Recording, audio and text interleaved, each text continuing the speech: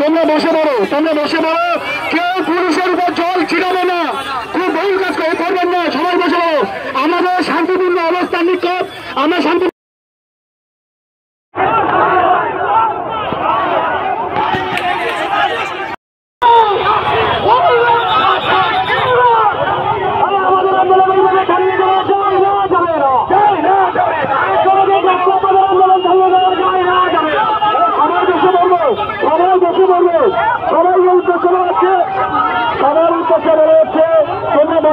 তোমরা বসে পড়ো, কেউ পুলিশের উপর জল ছিটাবে না, খুব বহু কাজ করবেন না, সবাই বসে পড়ো।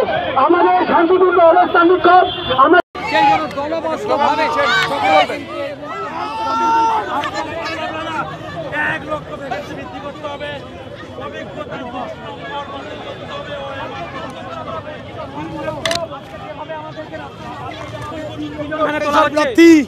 ওরা সংখ্যায় কিন্তু 12-14,000। 2016 সালের প্যানেল যদি ইলিগাল হয়ে থাকে তার জন্য তো আমরা দায়ী না। ওদের চাকরি পাইয়ে দেওয়ার জন্য সরকার 10 নম্বরটা দিচ্ছে।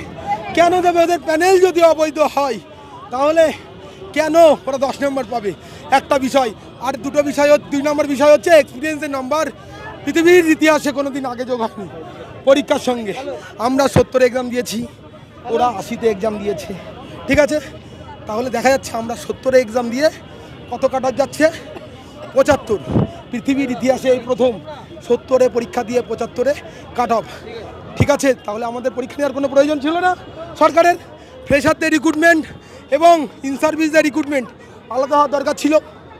আমাদের কেন বলির পাঠা করলো সরকার? সংবিধানের 16 নম্বর ধারা অনুযায়ী সরকারি চাকরিতে সকল ভারতীয়কে সমান অধিকার দিতে হবে, কিন্তু এই সরকার